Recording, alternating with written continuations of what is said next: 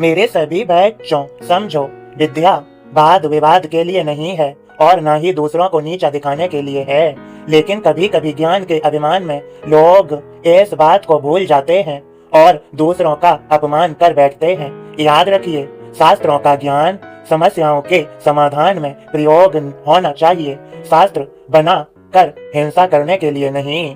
मेरे बच्चों, कहा भी गया है, जो पेड़ फलों से लदा होता है और उसकी डालियां झुक जाती हैं, धन प्राप्ति होने पर सज्जनों में शालीनता आ जाती है। इसी तरह विद्या जब विनयी के पास आती है तो वह शोभित हो जाती है। इसीलिए संस्कृत में कहा गया है, विद्या विनयेन सोहते। मेरे सभी बच्चों, अब मैं तुम्हें इसके ऊपर एक प्रसंग सुनाता हूँ, सुनो अच्छे से और समझो भी। पंडित जी और नाविक। आज गंगा पार होने के लिए कई लोग एक नौका में बैठे धीरे धीरे नौका सवारियों के साथ सामने वाले किनारे की ओर बढ़ रही थी। एक पंडित जी भी ओस में सवार थे। पंडित जी ने नाविक से पूछा, क्या तुमने भूगोल पढ़ी है? मेरे बच्चों, भोला भाला नाविक बोला, भूगोल क्या है, इसका मुझे कुछ पता नहीं। पंडित जी ने पंडिताई का प्रदर्शन करते कहा, तुम्हारी पाव भर जिंदगी पानी में गई। फिर पंडित जी ने दूसरा प्रश्न किया, क्या इतिहास जानते हो? महारानी लक्ष्मीबाई कब और कहाँ हुई तथा उन्होंने कैसे लड़ाई की? मेरे बच्चों, नाविक ने अपनी अनभिज्ञता जाहिर की तो पंडित जी ने विजयी मुद्रा में कहा, ये भी नहीं जानते, तुम्हारी तो आधी जिंदगी पानी में गई। फिर विद्या के मध्य में पंडित जी ने तीसरा प्रश्न पूछा, महाभारत का भीष्म नाविक संवाद या रामायण का के वट और भगवान श्री राम का संवाद जानते हो? अनपढ़ नाविक क्या कहे, उसने इशारे में ना कहा।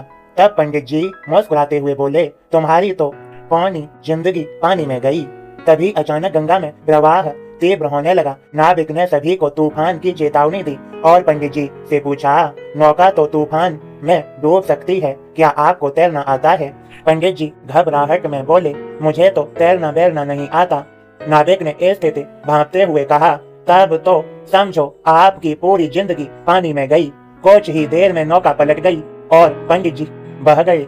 तभी तो मेरे सभी बच्चों, मैंने समझाया है, विद्या वाद विवाद के लिए नहीं है और न ही दूसरों को नीचा दिखाने के लिए है। लेकिन कभी कभी ज्ञान के अभिमान में कुछ लोग इस बात को भूल जाते हैं और दूसरों का अपमान कर बैठते हैं। याद रखिए, शास्त्रों का ज्ञान समस्याओं के समाधान में प्रयोग होना चाहिए, शास्त्र बताकर हिंसा करने के लिए नहीं। कहा भी गया है, जो पेड़ फलों से लदा होता है और उसकी डालियां झुक जाती हैं, धन प्राप्त होने पर सज्जनों में शालीनता आ जाती है। इसी तरह विद्या जब विनयी के पास आती है तो वह शोभित हो जाती है। इसलिए संस्कृत में कहा गया है, विद्या विनयेन शोभिते। मेरे सभी बच्चों, तुम्हें सभी को मेरी कृपा भरा आशीर्वाद। इस संदेश को ज्यादा से ज्यादा शेयर करो। खुश रहो, सबका मालिक एक।